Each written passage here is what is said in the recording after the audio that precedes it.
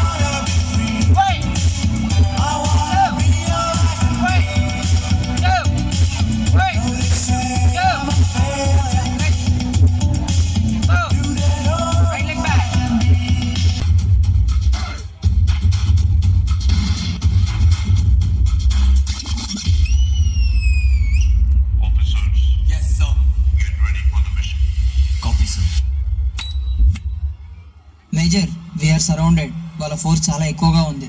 మనం ఈ మిషన్ గెలవలేం. అవును, ఎదిరించడానికి ఏముంది మీ దగ్గర? గెలవాలన్న ఒక్క కోరిక తప్ప. మీ విరోధి మీకంటే చాలా ముందు పరిగెత్తచ్చు. అందుకోలేమని అక్కడే ఆగిపోతే అదే మీరు చేసే మొదటి తప్పు. చివరి నిమిషం దాకా వెంటాడండి. ఆగిపోవద్దు, అలిసిపోవద్దు, అయిపోయిందని వెనక్కి తిరగొద్దు. ఆఖరి దాకా పోరాడితేనే ఓటమి కూడా గెలుపవుతుంది. రక్తం పారని, కండలు కరగని, గుండెలు పగలని విజయకాంక్షని శ్వాస అయితే ఆవు పేరినాపుట ఎవరి తరం? నీ జేయం, నీ ధైర్యం, నీ హక్కే నీ సైన్యం. ఆ సైన్యం నీ తోడుంటే గెలుపెప్పుడు నీ సొంతం. ఇది మన నేల, మన సొంతం. ఇందులో ప్రతి అంగుళం మనది. గెలుపు ఓటమికి తేడా కూడా ఒక్క అంగుళమే. 1 inch, 1 bloody inch. As a team we fight for that inch. We tear ourselves and everyone around us to pieces for that inch. చావుకు సిద్ధపడ్డవాడే ఆ అంగుళాన్ని దాటి గెలుస్తాడు. అలా చావడానికి నేను సిద్ధంగా ఉన్నాను. మరి మీరు?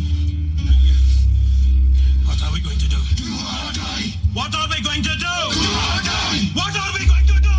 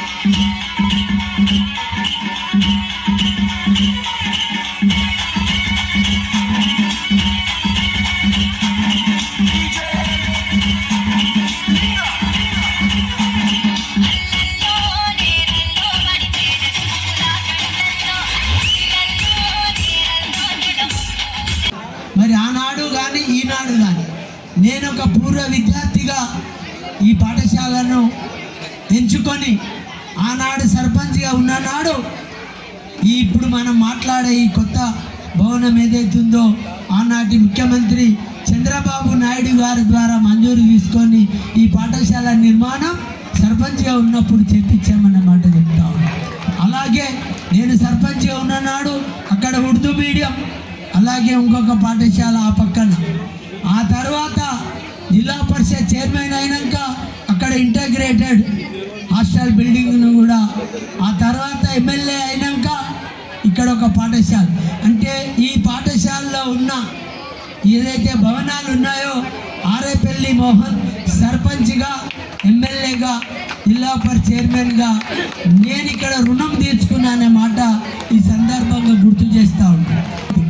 కానీ ఈనాడు పాఠశాల పరిస్థితి ఏమైంది, సంఖ్య ఏమైంది, దానికి ఉపాధ్యాయులే కారణం కాదు, తల్లిదండ్రులు కూడా కారణం అనేది అర్థం చేసుకోవాలి.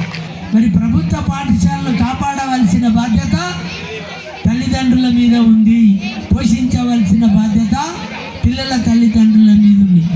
దానికి అనుగుణంగా ఉపాధ్యాయ వర్గం కూడా వారి యొక్క సంకల్పాన్ని రుజువు చేసే విధంగా వాళ్ళను తీర్చిదిద్దవలసిన బాధ్యత ఉపాధ్యాయుల మీద కూడా ఉంది. కాబట్టి తల్లిదండ్రులు ఎంత ముఖ్యమో ఉపాధ్యాయులు అంతే ముఖ్యమైన విషయంలో ఈ స్ట్రెంత్ పరంగా నేను మీకు గుర్తు చేస్తా ఉన్నాను.